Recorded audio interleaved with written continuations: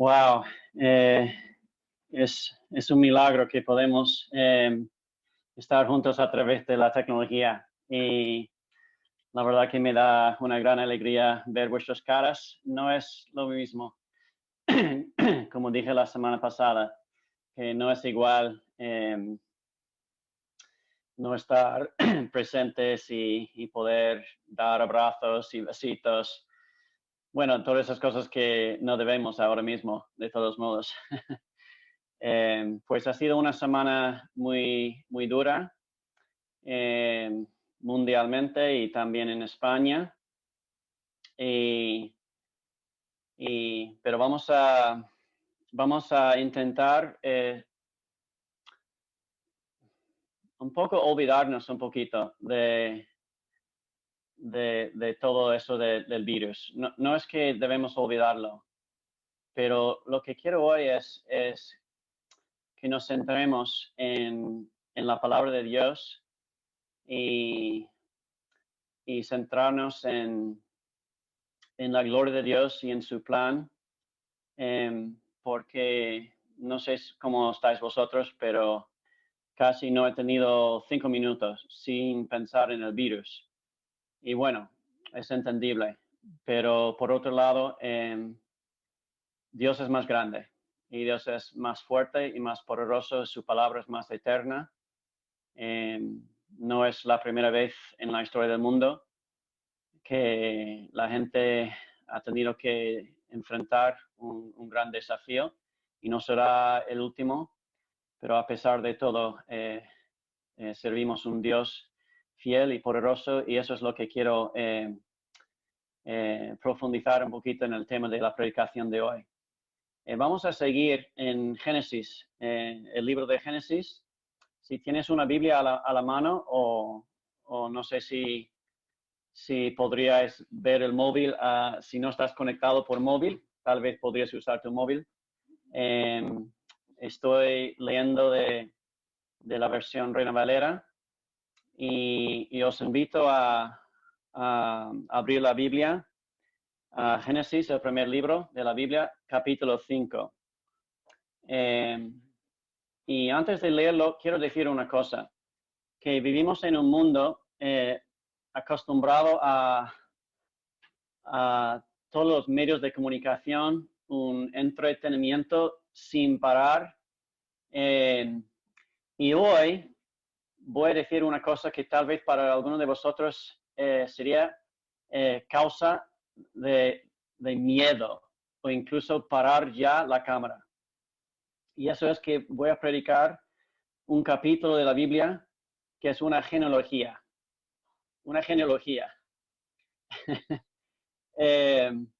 Para algunos de vosotros seguramente escuchar un sermón sobre una genealogía debe parecer como un viaje al dentista o estar en cola en el ayuntamiento, ¿no? Esperando un trámite. Incluso muchos creyentes maduros en su lectura de la Biblia, al llegar a estos capítulos, saltan directamente estos capítulos o intentan de alguna manera leerlo y se desaniman, ¿no? A tratarlo. Pero quiero decir una cosa, que cuando digo algunos creyentes maduros, estoy incluyendo a mí mismo, porque mi plan era saltar este capítulo en el plan de predicar.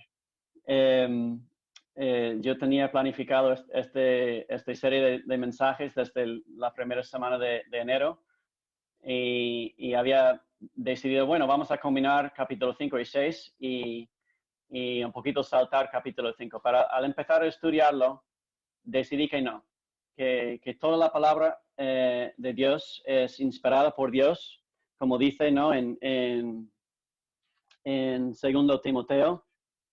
Este versículo muy importante, muy clave sobre el papel de la palabra de Dios, dice en 2 Timoteo 3:16, toda la escritura es inspirada por Dios. No dice con excepción de las genealogías. Y útil para enseñar, redarguir, corregir, para instruir en justicia, a fin de que el hombre de Dios sea perfecto, enteramente preparado para toda buena obra.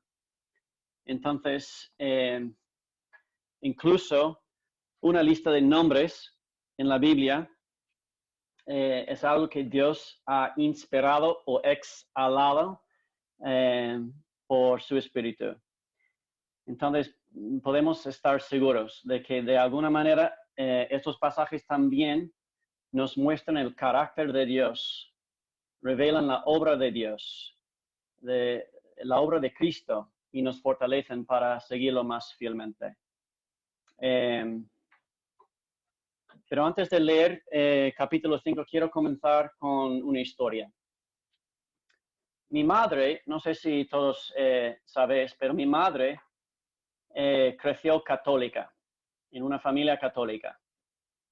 No sé si ella es la primera chica de su familia. No sé si alguien podría adivinar su nombre. Por supuesto, es María. Mi madre se casó cuando tenía 20 años con mi papá y él tenía 28. O sea que ya es un riesgo, ¿no? Casarte con un hombre mayor, pero ya sabemos, ¿no? Que en el amor la edad no importa. Pero la pregunta que tengo para vosotros, para empezar esta historia, ¿qué creéis que fue la cosa más difícil para mi madre para tomar esta decisión de casarse con mi padre con 20 años de edad? ¿Qué piensas que es tal vez que era la decisión más difícil para ella? Bueno, algunos dicen, bueno, porque era un hombre más mayor. No, no fue eso. Tal vez era dejar su familia con 20 años. No, ella ya estaba lista. La decisión más complicada para mi madre, al casarse con mi padre, era la decisión de cierto modo, dejar la iglesia católica, porque mi padre ya era pastor evangélico. La verdad que los dos tenían mucha fe, ya desde el principio, pero mi madre sabía, ¿no? que casarse con él iba a ser de cierta manera salir, ¿no? de su trasfondo, de su trasfondo católico, lo que es muy difícil, y vosotros que tenéis este trasfondo vais a entender, creo, de lo que estoy hablando, porque se trata de tradición, de identidad familiar y muchas cosas, ¿no? Y de hecho yo diría que mi madre luchaba años y años con algo un poquito escondido, pero como un sentido de culpa, o como, no sé, algo que estaba ahí escondido, ¿no? Y bueno, hace varios años mi madre comenzó a tener interés en la genealogía de su familia. Y tengo que confesaros que no me interesaba mucho el tema. No sé por qué, porque, no sé, me parecía que cada vez me llamaba por teléfono. Mi madre quería hablar de otra persona muerta, desconocida, un antepasado, y realmente no, me daba un poco igual, ¿no? Tal vez estaba más por el lado del apóstol Pablo, ¿no? Cuando escribió a Timoteo en 1 Timoteo, capítulo 4, y 1 Timoteo 1:4, cuando el apóstol Pablo escribió a su discípulo Timoteo, dice, ni presten atención a fábulas y genealogías interminables, ¿no? Un poco de consejo del apóstol Pablo. Bueno, eso fue más o menos mi perspectiva en aquel entonces. Eso fue hace un par de años. Pero un día me llama mi padre y está emocionada, como muy, muy emocionada. ¿Por qué? Porque en su investigación de su árbol de familia, ¿no? Descubrió de que uno de sus tatarabuelos, ¿no? Uno de sus abuelos, ¿cómo se dice? Tatarabuelos, que vivían en el estado de Pensilvania. Yo creo que estamos hablando de hace 5 o 6 generaciones. Resulta que uno de sus abuelos era pastor evangélico. Y nunca había sabido eso. Entonces estaba tan feliz, mi madre. Y curiosamente, fue más que solamente un descubrimiento, ¿no? De un hecho, un dato interesante de la historia. Para ella, realmente,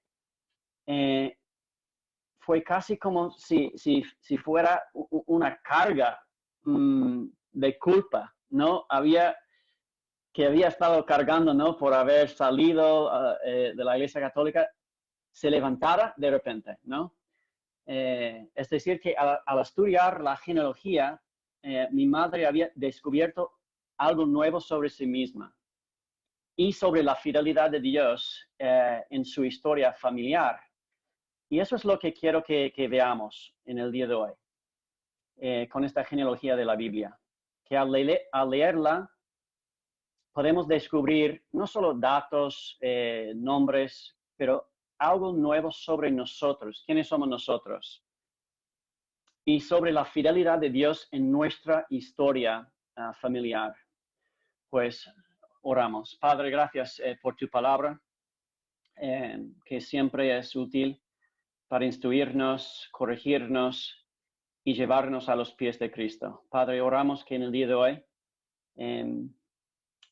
podemos entender mejor tu palabra y que no se queda solamente en nuestro cerebro, pero que también llega a nuestro corazón, Señor. Queremos ver a ti, Padre. Haz la obra, Señor, por tu Espíritu. Oramos en el nombre de Jesús. Amén. Pues voy a leer capítulo 5 de Génesis. Si tienes una Biblia a la mano, puedes seguir. Y cuando llega a leer los nombres, vas a ver que hay una técnica para leer los nombres de las genealogías de la Biblia. Hay que leerlos rápidamente y con confianza. No importa la pronunciación.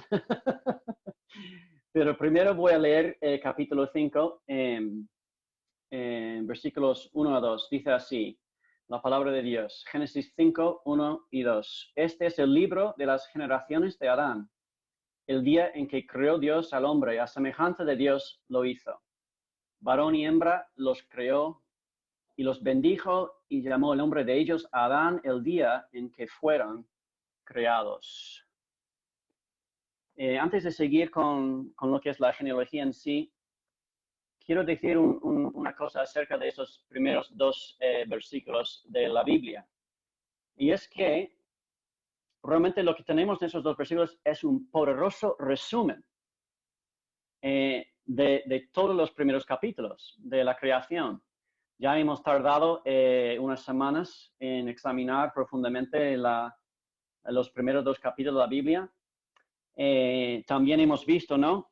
Como comienza en versículo 1, dice, esto es el libro de las generaciones de Adán, que esta frase, libro de las generaciones, cuenta de las generaciones, es un refrán en el libro de Génesis que divide el libro de Génesis en 10 partes. ¿Te acuerdas del número 10, no? El número de perfección, número completo, ¿no? En la Biblia. Entonces, tenemos un resumen en 1, 2, 3, 4, 5 puntos de lo que es la creación. En primer lugar, dice el día en que creó Dios al hombre. Primer punto, que Dios creó al hombre. Dios es creador de los seres humanos. Los seres humanos, en contraste con todo lo que nos enseña en las universidades seculares, o incluso en los institutos, los seres humanos no son producto al azar de un proceso ateísta y evolución no guiada por ninguna fuerza divina, ¿no? No, dice claramente en este resumen, estamos diseñados y creados por Dios. Dios es nuestro creador. Y ahí es como comienza la palabra de Dios y es la base de nuestra fe. Luego dice, segundo punto, el día en que creó Dios al hombre a semejanza de Dios, lo hizo. Es decir, que estamos creados a su semejanza, en la imagen de Dios. Todo ser humano está hecho a la imagen de Dios. Todos vosotros estáis hechos a la imagen de Dios. Es decir, que a pesar de la caída, a pesar de cómo la imagen de Dios ha sido distorsionada tal vez por la caída, por el pecado, aún conservamos cada uno de nosotros el sello del diseño original de Dios.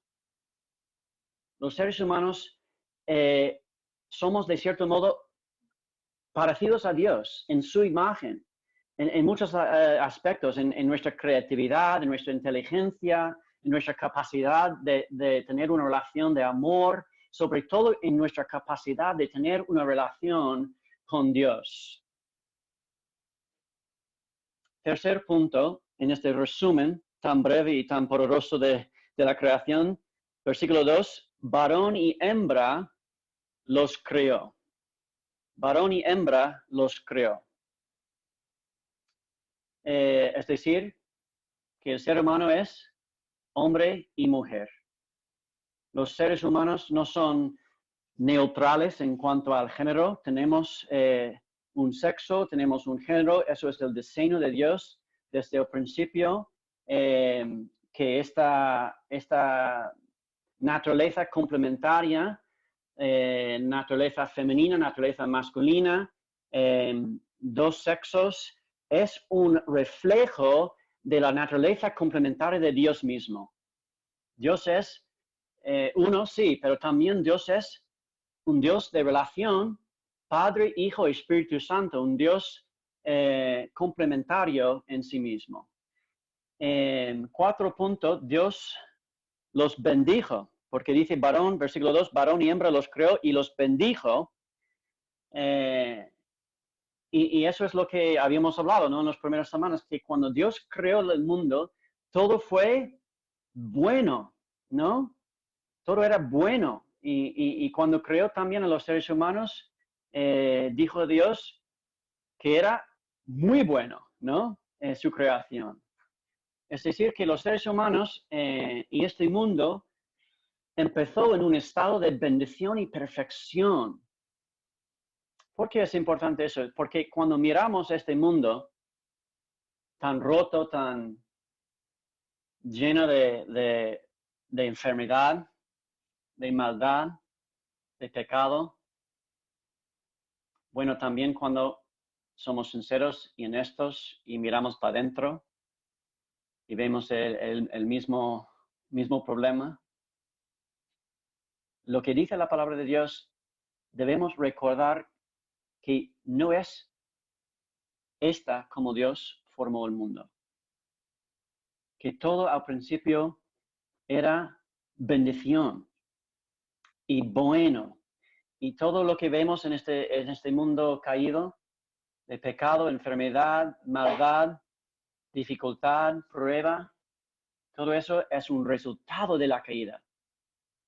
No es fuera del poder de Dios para usarlo y utilizarlo para nuestro bien, pero no es como Dios quería que sea al principio. Y último punto en este resumen, primero los versículos, vemos que dice, y llamó el nombre de ellos Adán el día en que fueron creados. Llamó al ser humano Adán, que por cierto tiene un significado. No sé si mencioné este dato en los primeros mensajes de Génesis, pero el nombre Adán significa hecho de barro, hecho de barro, ¿no? Como leemos hace un par de semanas en Génesis capítulo 3 y versículo 19, dice, pues polvo eres y al polvo volverás, ¿no? Y eso es un eco, ¿no? De capítulo 2, cuando dice en versículo 7, entonces Jehová Dios formó al hombre del polvo de la tierra. En otra traducción sería del barro, ¿no? De la tierra. O sea que tenemos en este primero dos versículos un resumen de todo lo que hemos visto ya, ¿no? De la creación de Dios y quién es Dios y quiénes somos nosotros. Y ahora llegamos a la genealogía. Voy a leer Génesis capítulo 5, empezando en versículo 3, si quieres seguir en vuestras Biblias. Dice así la palabra de Dios, versículo 3. Y vivió Adán 130 años y engendró un hijo a su semejanza, conforme a su imagen, y llamó su nombre Set. Por cierto, es interesante, antes de seguir, que nosotros estamos hechos a la imagen de Dios. Y Adán y Eva fueron hechos a la imagen de Dios. Pero ahora vemos un pequeño cambio aquí. Dice que su hijo fue hecho también a su semejanza. ¿Qué significa eso? Que el pecado fue transmitido. Esta naturaleza pecaminosa fue transmitido a sus hijos, ¿no? Y eso vemos también en Romanos y en muchos otros lugares de la Biblia. Que sí, somos nacidos y creados en la imagen de Dios, pero también con una naturaleza de pecado, ¿no? Versículo 4. Y fueron los días de Adán después que engendró a Set 800 años y engendró hijos e hijas. Y fueron todos los días que vivió Adán 930 años y murió. Vivió Set 105 años y engendró a Enos, y vivió Set después de que engendró a Enos 807 años y engendró hijos e hijas, y fueron todos los días de Set 912 años y murió. Vivió Enos 90 años y engendró a Cainán, y vivió Enos después de que engendró a Cainán 815 años, engendró hijos e hijas, y fueron todos los días de Enos 905 años y murió. Vivió Cainán 70 años, engendró a Mahalaleel, y vivió Cainán después de que engendró a Mahalaleel 840 años y engendró hijos e hijas, y fueron todos los días de Cainán 910 años y murió. Vivió Mahalaleel 65 años y engendró a Jared, y vivió Mahalaleel después que engendró a Jared 830 años y engendró hijos e hijas. Y fueron todos los días de Mahalaleel 895 años y murió. Vivió Jared 162 años, engendró a Enoch. Y vivió Jared después que engendró a Enoch 800 años y engendró hijos e hijas. Y fueron todos los días de Jared 962 años y murió. Vivió Enoch 65 años, engendró a Matusalén, y caminó Enoch con Dios. Después que engendró Matusalén 300 años, engendró hijos e hijas, y fueron todos los días de Enoch 365 años. Caminó pues Enoch con Dios y desapareció, porque le llevó Dios. Versículo 25. Vivió Matusalén 187 años y engendró a Lamec, y vivió Matusalén después de que engendró a Lamec 782 años y engendró hijos e hijas. Fueron pues todos los días de Matusalén 979 años y murió. Vivió Lamec 182 años, engendró un hijo y llamó a su nombre Noé, diciendo, este nos aliviará de nuestras obras y del trabajo de nuestras manos a causa de la tierra que Jehová maldijo. Por cierto, el nombre de Noé significa descanso o alivio. Por eso dice, esto nos aliviará.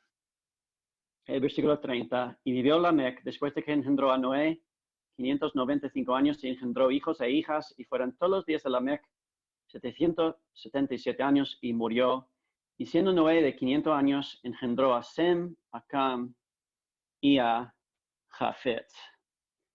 La palabra de Dios.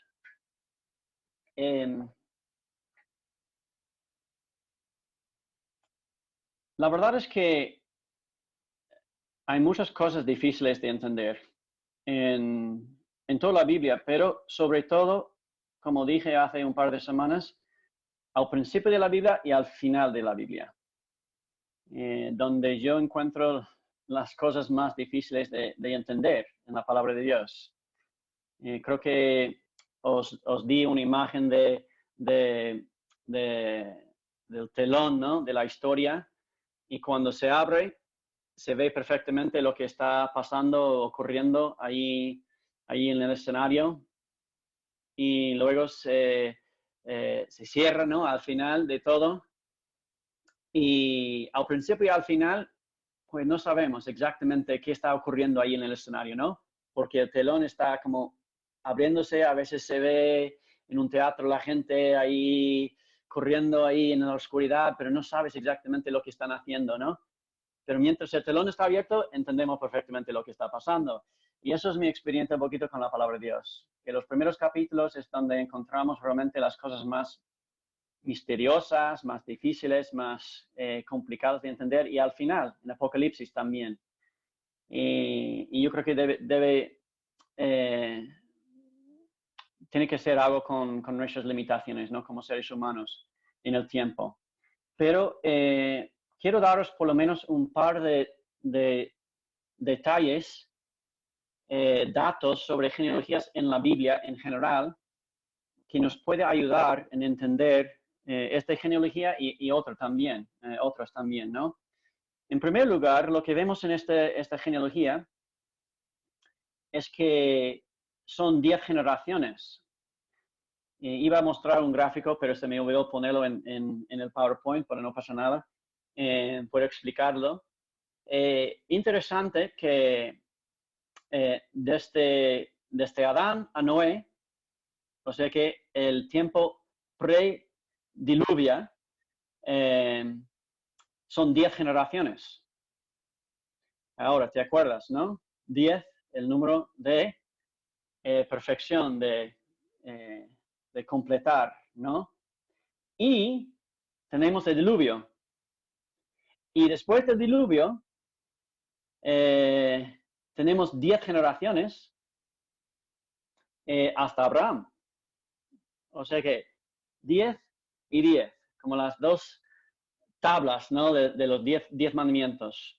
10 generaciones antes, 10 generaciones después. Para mí eso es indicación clara, ¿no? de la estructura poética de esos primeros capítulos de Génesis. Ya hemos profundizado un poquito este tema, pero una de las cosas que muestra la poesía hebrea es la estructura, ¿no? Repetición, estructura, paralelismo y los números especiales. Y todo eso podemos ver, ¿no? en este capítulo. De hecho, es muy bonito, ¿no? También podemos ver en las genealogías, en particular en esta genealogía, hablando de números especiales, que llegamos al séptimo en la línea de Set, y encontramos este hombre especial que se llama Enoch. Enoch. Es el séptimo. ¿Te acuerdas que 7 también es un número especial en la Biblia? Son 7 días de creación. Son 7, bueno, 7 se repite muchas veces en la Biblia, en Apocalipsis también. Y curiosamente, Enoch es el séptimo en la línea de Set, y dice que en contraste con todos los demás, y eso intenté destacar en la manera de leer el relato, todos estos descendientes de Adán murió.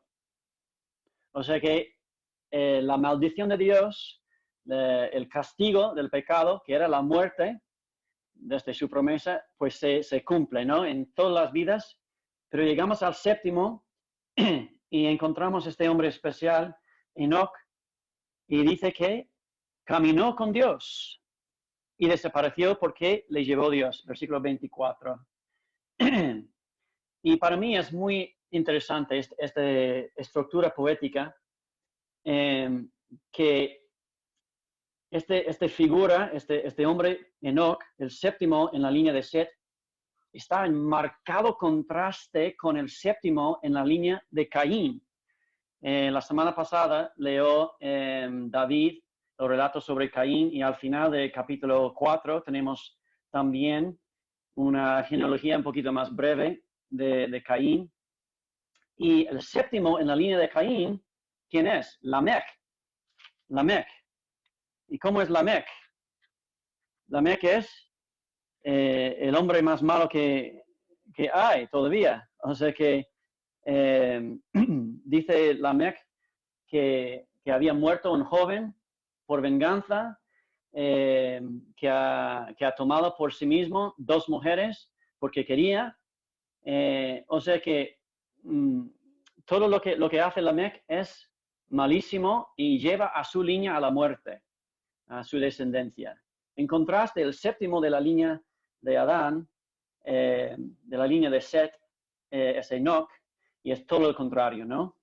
O sea que podemos ver ahí una estructura poética. Ahora, podemos preguntar, ¿no? ¿Qué es eso de Enoc, ¿no? Que no murió, porque es muy raro. Y como ya os había comentado, hay mucha cosa rara en estos primeros capítulos de Génesis. Pero sabemos, ¿no? Que no es el único caso. También tenemos el caso de Elías, ¿no? Que fue llevado por Dios directamente y de separación, ¿no? Pero, ¿por qué? Porque era un hombre especial en cierto modo. ¿Qué sabemos de Enoc? Bueno, muy poco. Dice que caminó con Dios, ¿no? Ahora, tenemos la ventaja de encontrar también en Hebreos 11 algo sobre Enoc, ¿no? Y en Hebreos 11 dice en versículo 5, por la fe, Enoc fue traspuesto para no ver muerte, y no fue hallado porque lo traspuso Dios, y antes que fuese traspuesto tuvo testimonio de haber agradado a Dios. Bueno, dice ahí claramente, ¿no? Era por su fe en Dios, y eso es lo que significa caminar con Dios, es tener fe en Dios, una relación de confianza. No es que era un hombre perfecto, pero tenía una relación muy, muy íntima, muy estrecha con su Señor. Bueno, todo eso para mí es un poquito de la estructura poética de esta genealogía, y muchas genealogías de la Biblia también tienen cosas interesantes de poesía, pero también podemos decir que las genealogías, en este caso en particular, muchas veces tienen algún tipo de significado de números, una numerología simbólica, ¿no? Porque, bueno, no sé cómo es para ti, pero también para mí un dato que sobresalta cuando leo esta genealogía son las largas vidas de las personas. ¿Cómo es que alguien puede vivir 700, 800, 900 años? Es que no figura en nuestras mentes, ¿no? Y pues leyendo los comentaristas, los eruditos, pues por lo menos hay tres teorías, ¿no? Sobre eso, 3 datos interesantes sobre la numerología en las genealogías. En primer lugar, algunos estudiosos piensan que los años, lo que están registrando aquí, está hablando de otra manera de medir año, o sea que otro significado de la palabra año, porque en primer lugar, si lo examinas cuidadosamente, parece que la mayoría de los hombres no tienen hijos hasta que tienen entre 60 y 70 años, que sería muy raro, ¿no?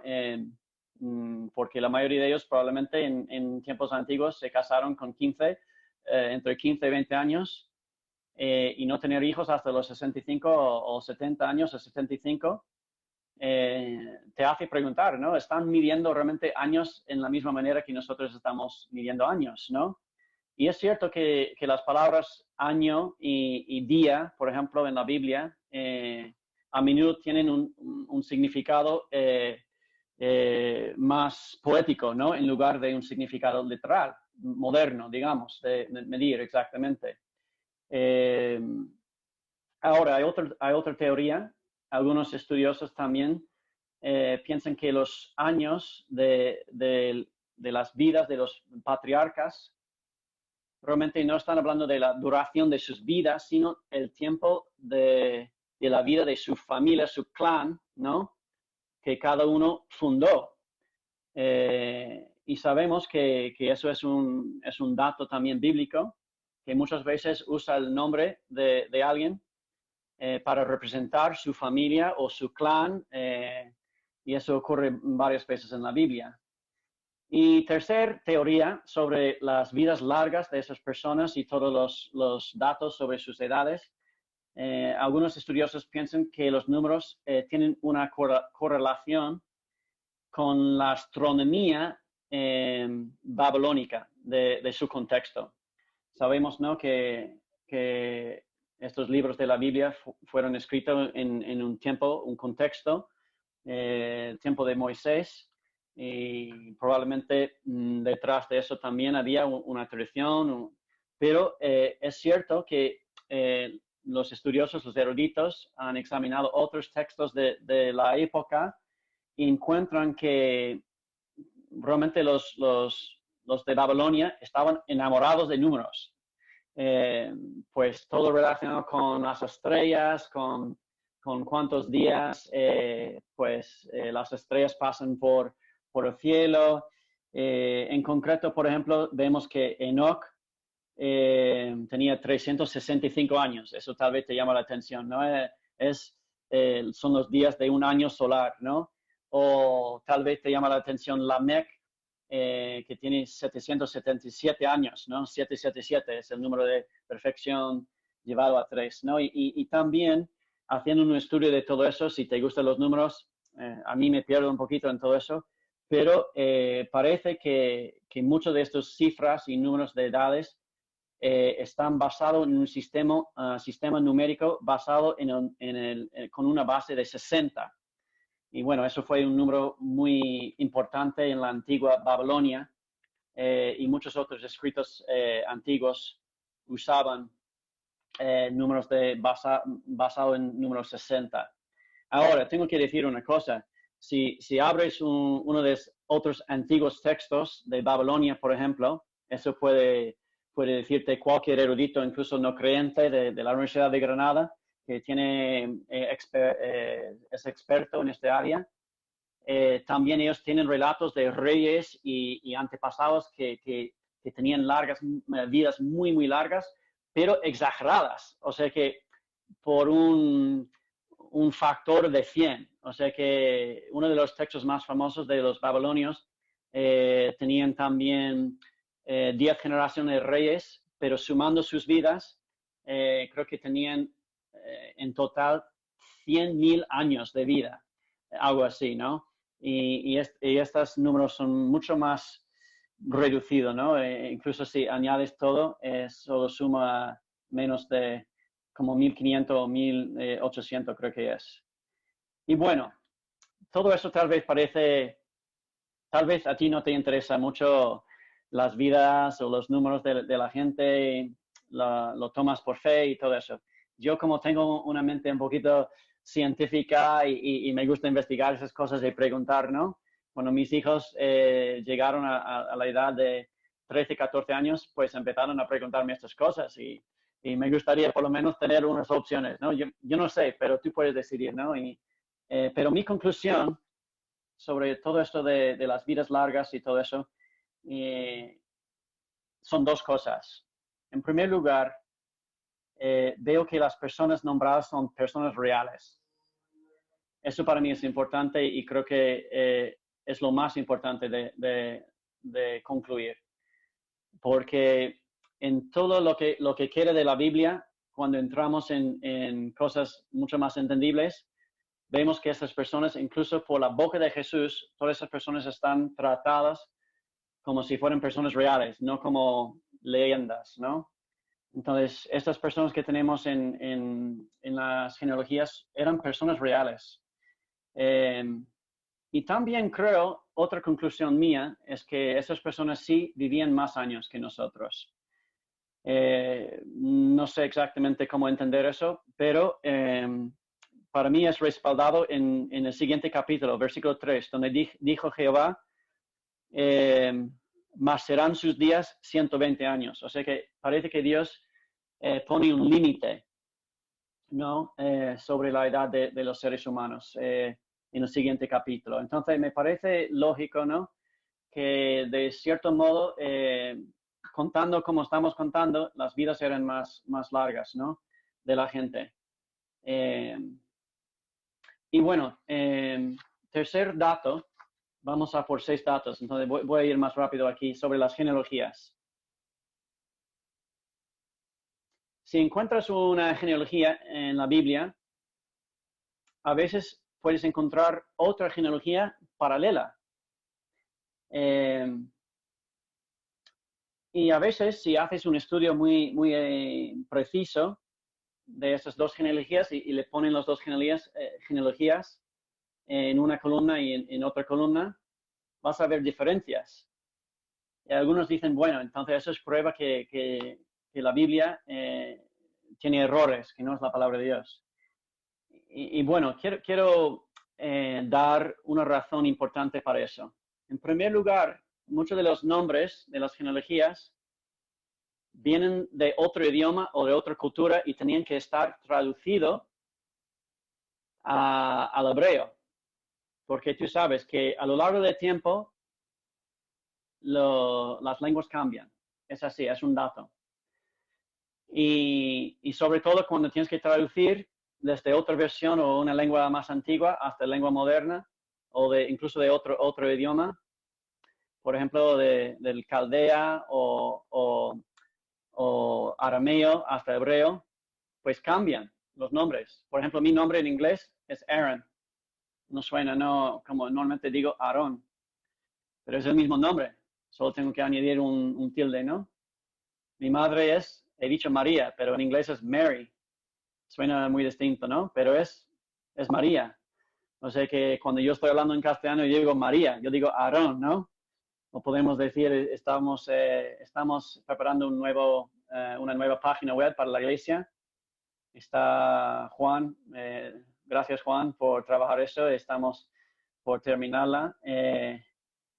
Y tenía una duda en el momento de poner, tengo un apartado donde tengo algunos de los libros de la iglesia, sus nombres y tal y cual, primeros nombres, y he puesto David, y no sabía si debo escribir Clara o Claire, porque en inglés es Claire, pero en español es Clara.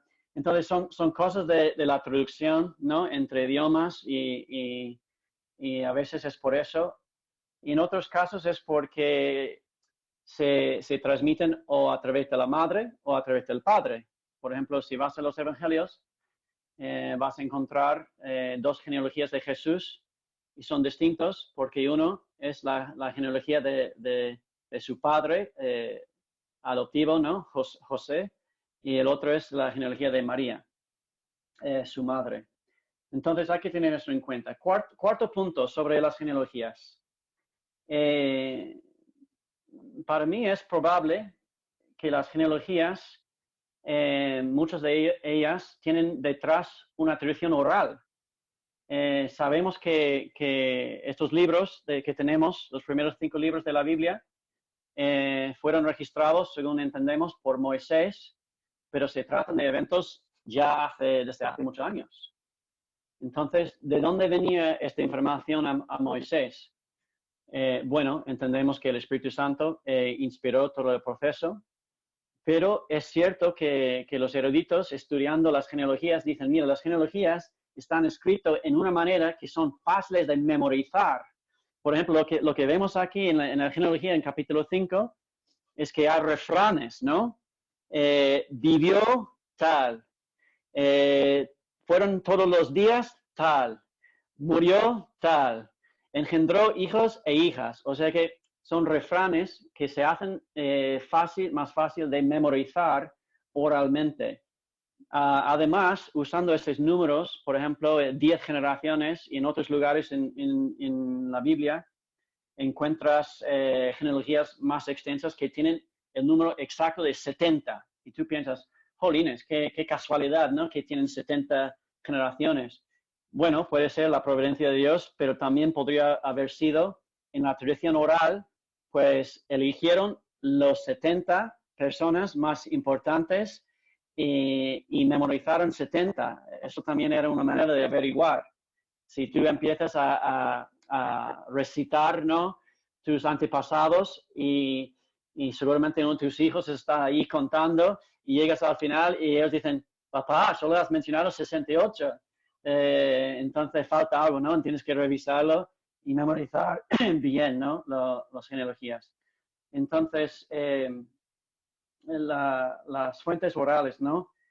Para mí es una explicación porque muchas veces las genealogías tienen un número exacto, ¿no? Como encontramos aquí con 10 generaciones.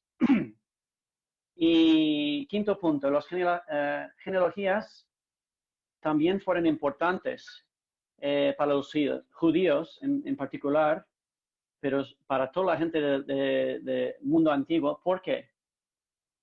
Para probar sus derechos sobre la tierra e incluso a veces su trabajo. Porque de acuerdo con la ley mosaica, la tierra fue entregado, cierta tierra fue entregado a cierta tribu y familias definidas. Entonces, para probar, ¿no?, que esta es tu tierra, sobre todo, por ejemplo, los judíos tenían esta tradición en el año de jubileo, de volver, dar otra vez la tierra a sus antepasados, pero el reclamante tuvo que demostrar su descendencia. Entonces tenía que tener bien clara su genealogía, ¿no? También los sacerdotes y levitas tuvieron que demostrar su descendencia legal para recibir su trabajo, ¿no?, como sacerdote. Y último punto, último detalle. Perdón, que eso es muy detallado, pero creo que vale la pena para entender, porque cuando llegamos a estas genealogías, si no tenemos bien clara estos puntos, no tiene sentido, ¿no? Y el último punto, último detalle que tengo es que muchas veces cuando dice padre de o hijo de en las genealogías de la Biblia, puede haber personas que faltan. La palabra padre de o la frase padre de también puede significar en la Biblia padre de un antepasado o de un clan, ¿no?, de una familia. A veces los nombres que se encuentran en las genealogías bíblicas no denotan una persona, sino una familia, una tribu, una nación, incluso el país en que habitaban, ¿no?, los portadores de este nombre. Y os puedo dar ejemplo en Josué, capítulo 7, habla de Acán, hijo de Charmí, hijo de Zabdi, hijo de Zaré, de la tribu de Judá. Pero si ves el contexto en Josué 7, obviamente está hablando de las casas, ¿no?, de Zabdi y Zaré, ¿no?, las familias, no solamente las personas. En Génesis capítulo 10 también, por ejemplo, tiene una lista de nombres y está bien claro desde el contexto que esos nombres representan naciones y países. Y solo podemos ir directamente al Evangelio. ¿Cómo comienza el Evangelio? ¿Cómo comienza el Nuevo Testamento, por cierto? No sé si alguien ha pensado en eso. El Nuevo Testamento, ¿cómo comienza?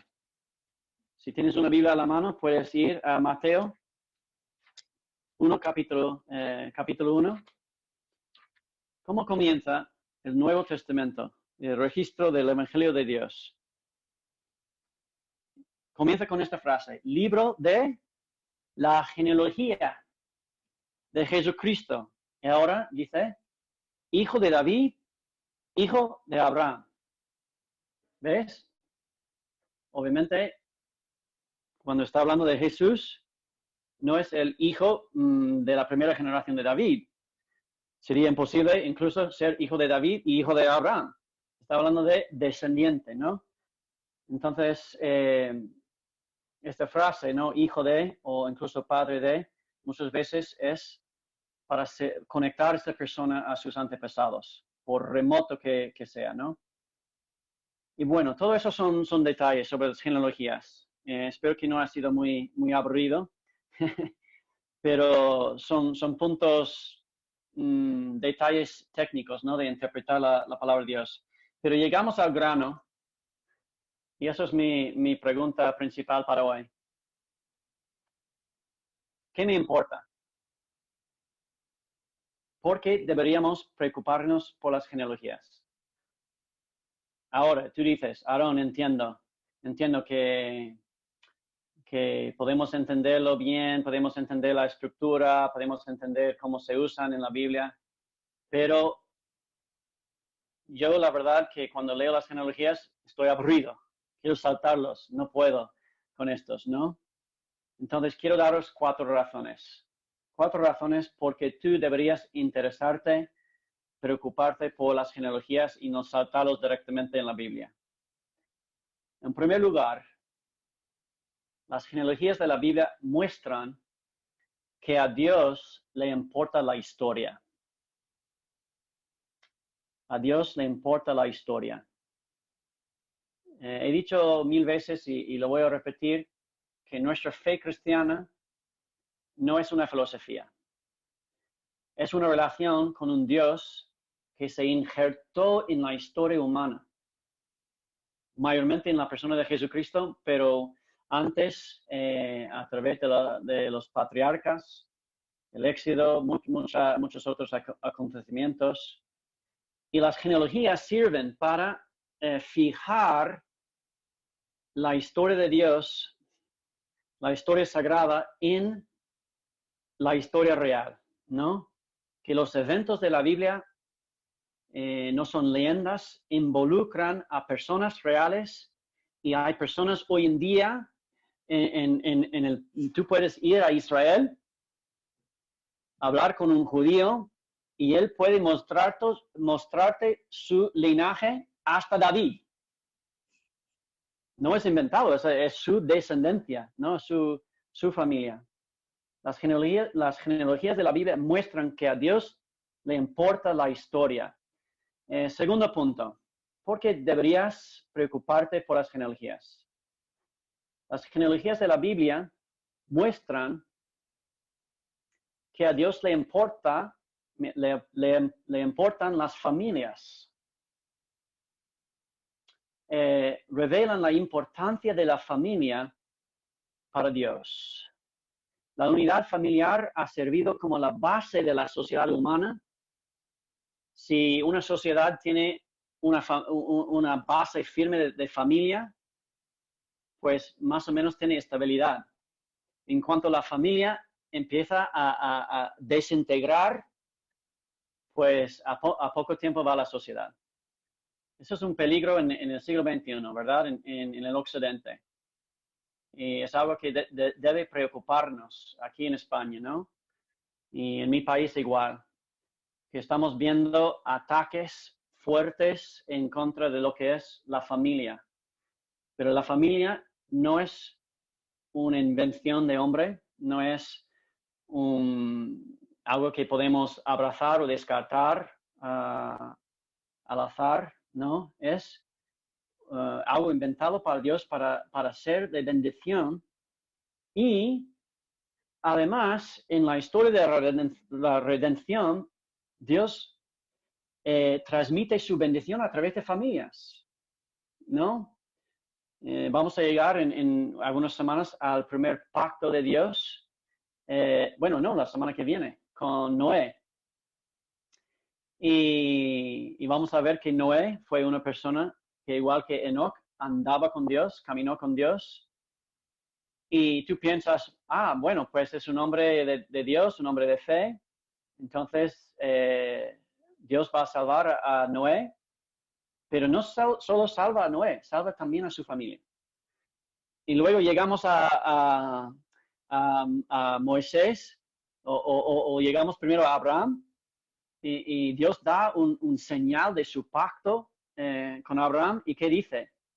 No solo es para ti, también es para tu familia, ¿no? Y eso está repetido también en el primer sermón, en Hechos capítulo 2, cuando Pedro está predicando el primer mensaje cristiano del Evangelio, y termina diciendo, esta promesa es para ti y tu familia y tus hijos, ¿no? Entonces la unidad familiar, ¿no? Ha servido como la base de la sociedad humana y también la base de nuestra fe, y las genealogías de la Biblia siempre muestran que a Dios le importan las familias. Dos más. ¿Por qué debería preocuparte de las genealogías? También demuestran la fidelidad de Dios para cumplir sus promesas. Y quiero decir una cosa. Cuando llevas mucho tiempo como creyente, o muchos años leyendo la Biblia, a veces es fácil olvidar lo sorprendente, difícil de creer son muchas de las promesas de Dios. ¿Por qué digo eso? Porque sabemos el fin de la historia en muchos casos, ¿no? Pero piensa, por ejemplo, en el caso de Abraham. Vamos a llegar a su historia en pocas semanas. Dios hace una promesa que es increíble. Increíble en el sentido de difícil de creer. Que va a tomar un anciano sin hijos, con una esposa estéril, y desde esta pareja, ya pasado su momento, dice Dios que Él va a engendrar una gran nación tan grande que más numerosa que las estrellas. Suena loco promesas como esta de Dios. Pero vemos en las genealogías la prueba de Dios de cumplir con sus promesas. Las profecías de Dios se cumplen en las genealogías. Esta promesa que ya hemos visto en Génesis capítulo 3 y versículo 15, donde dice Dios, y pondré enemistad entre ti y la mujer, entre tu simiente y la simiente suya, esta te herirá en la cabeza y tú le herirás en el calcañar, hablando al serpiente, de una simiente de la mujer que va a aplastar la cabeza de Satanás, la serpiente, ¿no? Más luego en la Biblia nos dice que esta simiente, este Mesías, sería un judío descendiente del tribu de Judá, nacido en la ciudad de Belén. Muchas otras profecías en cuanto al Mesías. También un descendiente de Abraham y David. Y toda esta profecía cumplido en una genealogía, ¿no? En el primer capítulo del Nuevo Testamento. Y por último, y quiero terminar con esto, ¿por qué debes preocuparte por las genealogías de la Biblia? Las genealogías de la Biblia también nos enseñan sobre cuán grande es la gracia de Dios. Porque muestran cómo Dios ha elegido y usado una diversidad de personas a lo largo de la historia. Una diversidad impresionante. Y quiero volver, si tienes una Biblia, quiero volver a Mateo capítulo 1.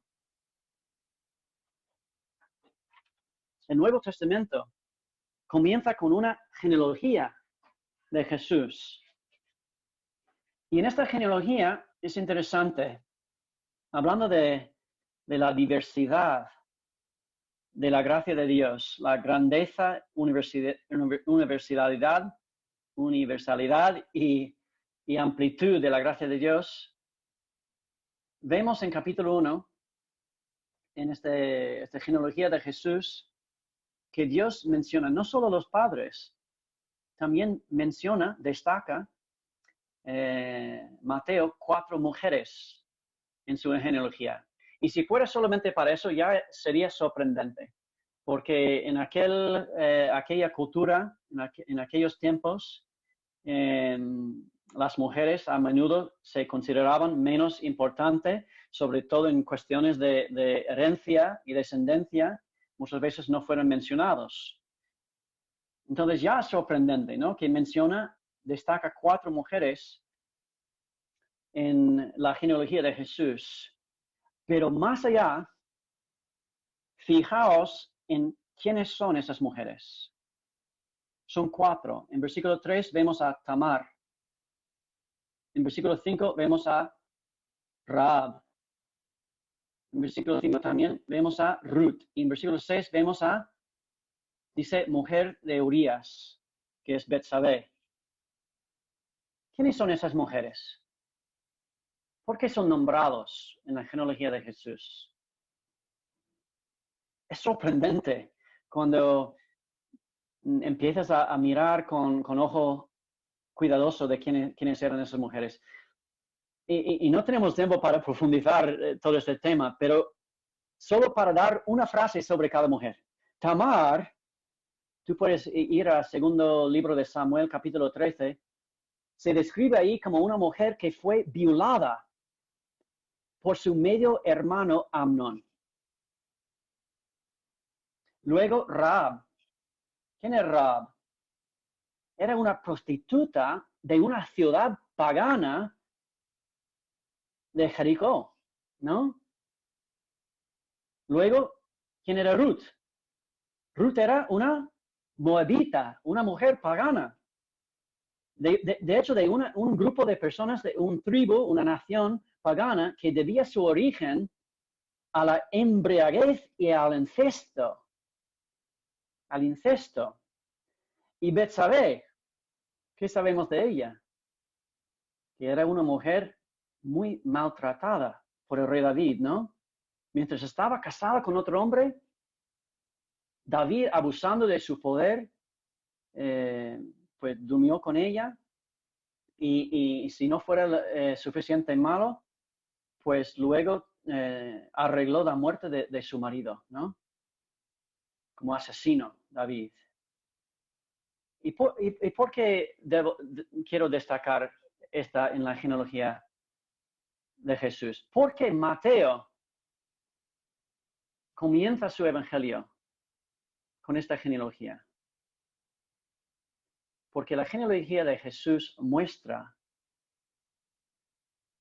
la grandeza de la gracia de Dios, su alcance, ¿no? En primer lugar, en dar bienvenida a extraños a la familia de Dios, a paganos, ¿no? Pero también, y aún más sorprendente, la gracia de Dios en transformar la tragedia y el pecado y circunstancias de muerte y circunstancias desesperantes en una historia de redención.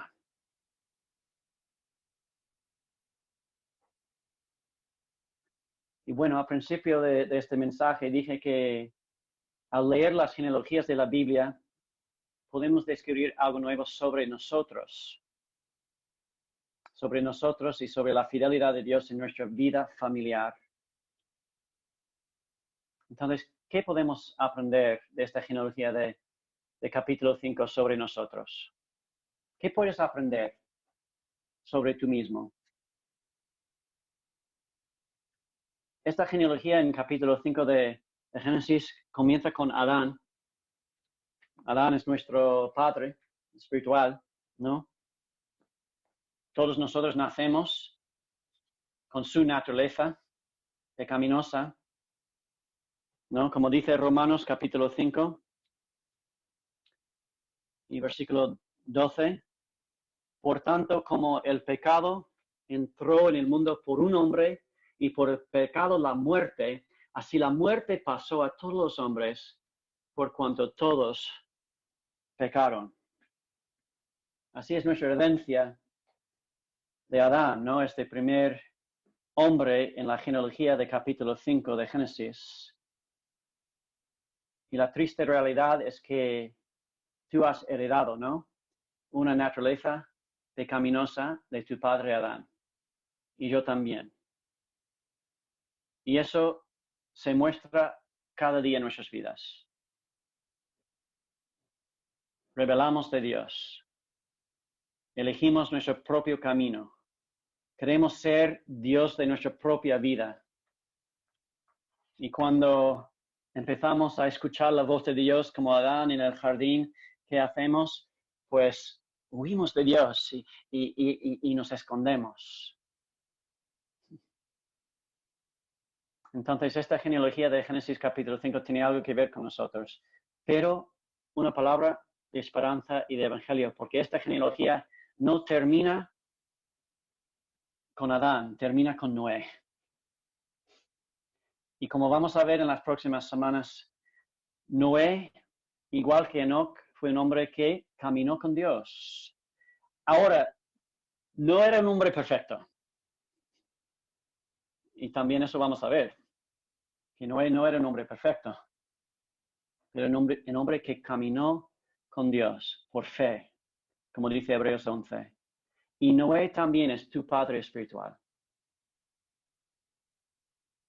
Y también una sombra del Mesías, que iba a venir de su línea, en cumplimiento de esta promesa de Dios que hemos leído en Génesis 3:15. Este vencedor, herido, este Mesías, que va a aplastar la cabeza de la serpiente. Jesús es el cumplimiento de esta genealogía en capítulo 5. Jesús es el único desde Adán que nació sin pecado, de la Virgen María. Jesús es el único que vivió una vida perfecta, que nosotros, que tú y yo no podemos vivir. Y Jesús es el único que murió la muerte que tú y yo merecíamos. Jesús es nuestro vencedor herido.